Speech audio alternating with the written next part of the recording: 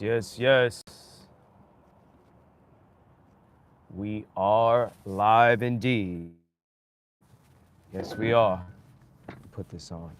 Wow. Temperature dipped below 40 degrees. That's what that sound was. Beware of icy conditions.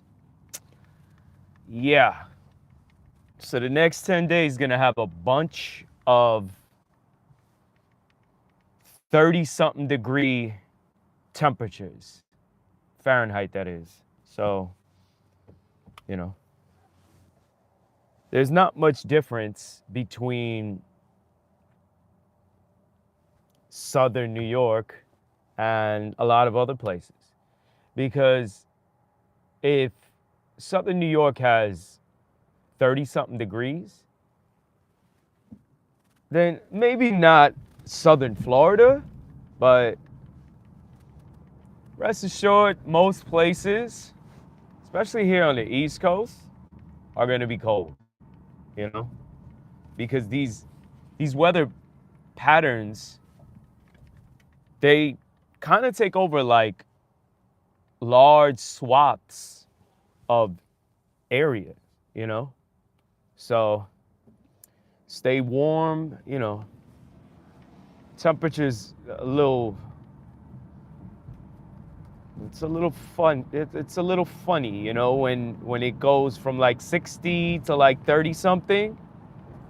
Because yesterday or the day before, around these hours, twilight hours, it was legit 62 degrees. Yeah, matter of fact, yesterday, when I was posting about how it was like a tornado that was happening in Washington Heights, in Manhattan, 62 degrees. It was almost midnight. And now, like a couple hours later, a day later in time, it is 36 degrees. So, you know, that's like a 25-degree difference. So, yeah, be careful with this type of weather. It's funny. So, quick topic of discussion that I wanted to touch on, right? Because I try and keep everything as positive and as motivational as possible. So, figuring out glitches, right? So, the point being, you got to stay in the game. You got to stay in every game. And I'm speaking figuratively. It doesn't mean you're playing an actual game, but like in any game of life, you got to stay in it. Because if you're kind of like a weekend warrior where you dabble and then you jump in, you jump out, good luck. Because in order to really succeed and make things truly work, you have to be able to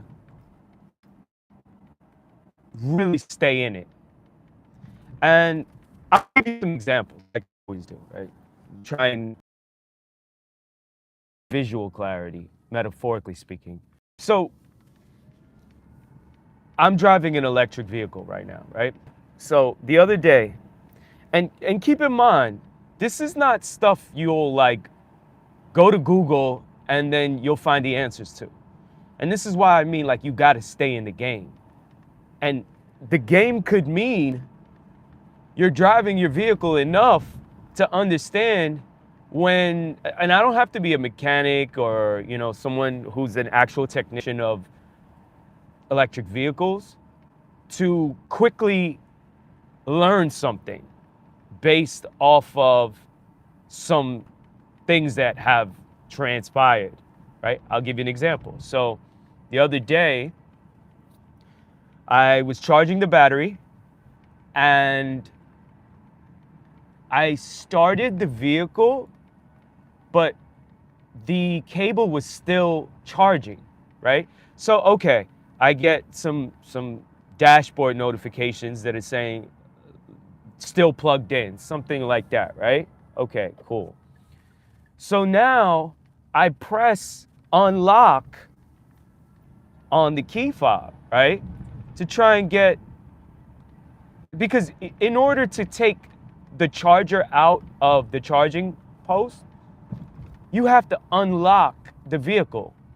So when I pressed unlock, like, there were all these like malfunctions that just happened as a result, because everything is electric. I mean, like, everything is also computerized, right? So now it's like it's almost like if you got into an accident. I don't know how many people are driving here, but like, if you've ever gotten into an accident and let's say the airbags didn't come out, but like everything on the dash is like showing malfunction, right?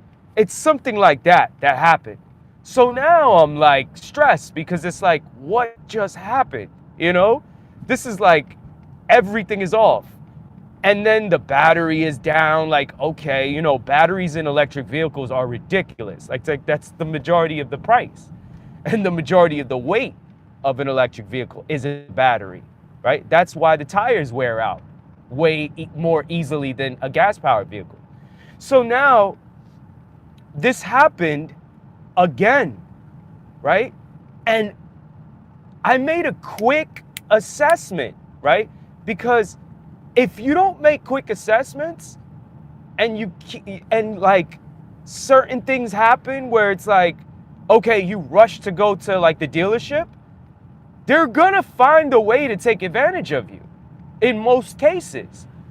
So again, you don't have to be a technician or a mechanic to understand how, if you're quickly making an assessment of what's going on, then you find out like, okay, in this case, I had to manually open the hood, right? I went under the hood, and then there's like an emergency release valve to kind of like, without pressing on the key fob to unlock, you can let go of the charger. And when I did that, all was well. So now I made the assessment to myself like, oh, if this happens again, if I press unlock on the key fob, for whatever reason, there's a glitch that goes on. And I know I'm not gonna find that out on Google if I put in, okay, the vehicle, this, that. No, I'm not gonna get that answer. So that's an example of how like you have to kind of like fiddle around and make quick assessments and find out what's what. Because otherwise, like, you go to the dealership, they're gonna be like, okay, they're gonna run checks, they're gonna do it. They're not gonna be able to have that unless they actually went through that themselves. They're not gonna know what you're talking about, right? So likewise, another example would be like in music, right? So in recording, if you are recording like using a DAW, which is a digital audio workstation, right? It could be Logic, it could be Pro Tools, it could be whatever you use, right? Sometimes, because you're gonna at least have a microphone, and you're gonna you're probably gonna plug that into an interface, right? And that interface is gonna be like the basics. So it's your mic, your interface, a headphone, and your software, which is your DAW, your digital audio workstation. Let's just say Pro Tools. So now, there are certain things, just like I gave you the example with the electric vehicle, how glitches can happen. And then you're stuck there fiddling around with the computer, whether you use a laptop or a desktop, and you're like, because you're not gonna find the answers again on Google, like troubleshooting a certain error in this program. No, it's just, you'll be lucky if you get an answer on Google. So it's one of those things where it's like you gotta quickly make an assessment off of probably the second or third time going through something similar, and then you're like, okay, you might have like 6 or 7 of these type of occurrences where like someone else might actually go through something similar, And then you can impart that knowledge their way based off of your wisdom because you went through it. You know, and I think like life is full of that. And this is what I mean by figuring out glitches. Like, you have to be in the game. You have to stay focused and be in it to be able to become wise through your experiences. And then you can actually help others. So that's really the point of the live.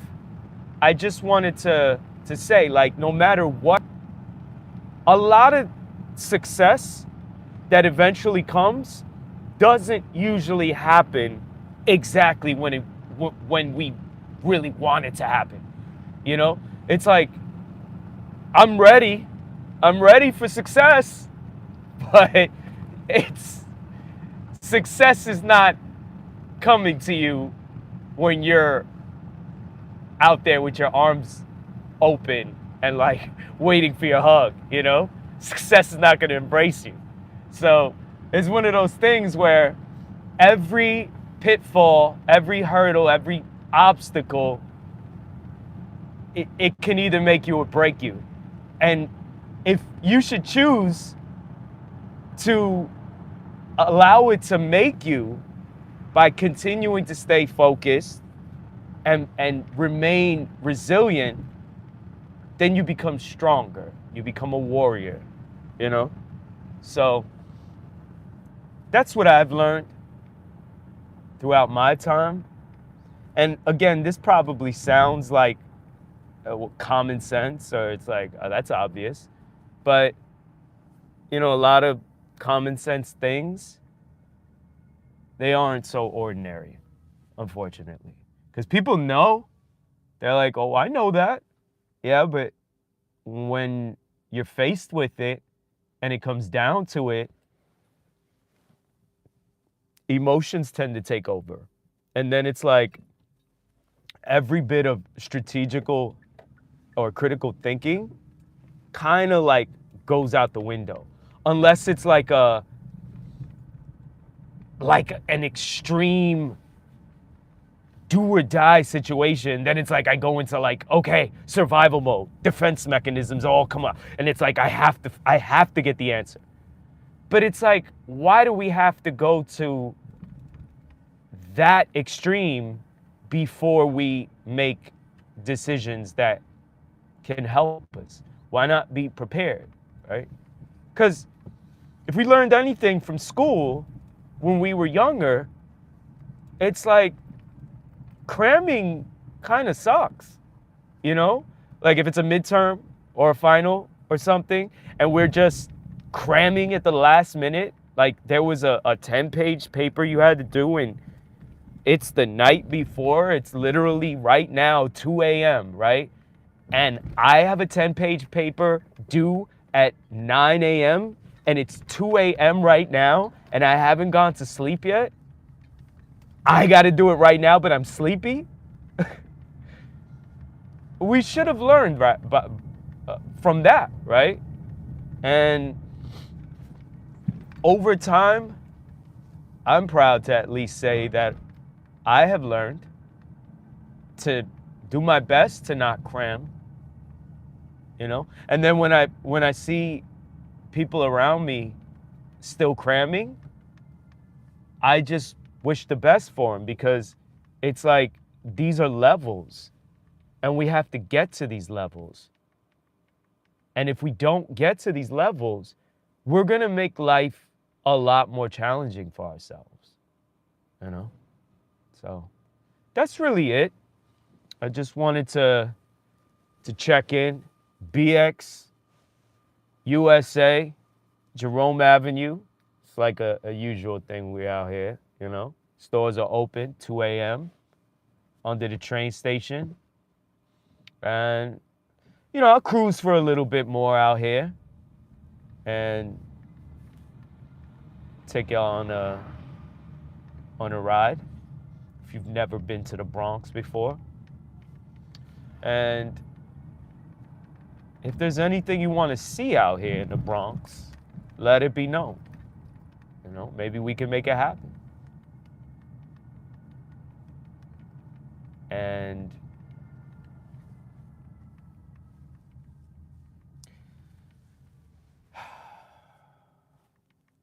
I do think there are a lot of, hopefully the audio is good. Let me see. Yeah, hopefully the audio is good. There are a lot of challenges, you know? I know I'm no different than anyone else. There are a lot of challenges in life, you know? And when we think about it, and I just got finished talking about how success doesn't give us that when we want it. Rather, it's one of those things where it comes when it's probably, it sounds cliche, but it's like it comes when it's supposed to come, you know? So much so that when it actually comes, it's like, it's no more, it's no longer a shock. And what's interesting about it is, if it would have came when you wanted it, or if it would have been like almost premature in a sense, like it shocked you because it's like, wow, chances are you may not have been ready for it, even though you thought you were ready for it. But that's what I mean by it was probably premature. So usually what winds up happening is, now as a result, like, because you weren't really ready for it, you're not able to maintain it. As opposed to, if you go through a whole bunch of things in life that toughen you and wisen you, now, and that's what's meant by the cliche of when it's supposed to happen. That is a very profound cliche, right? So when it happens at that supposed, when it was supposed to happen time, now you're actually ready for it. Again, so much so that it feels like I don't even want it anymore at this point, because it took so long.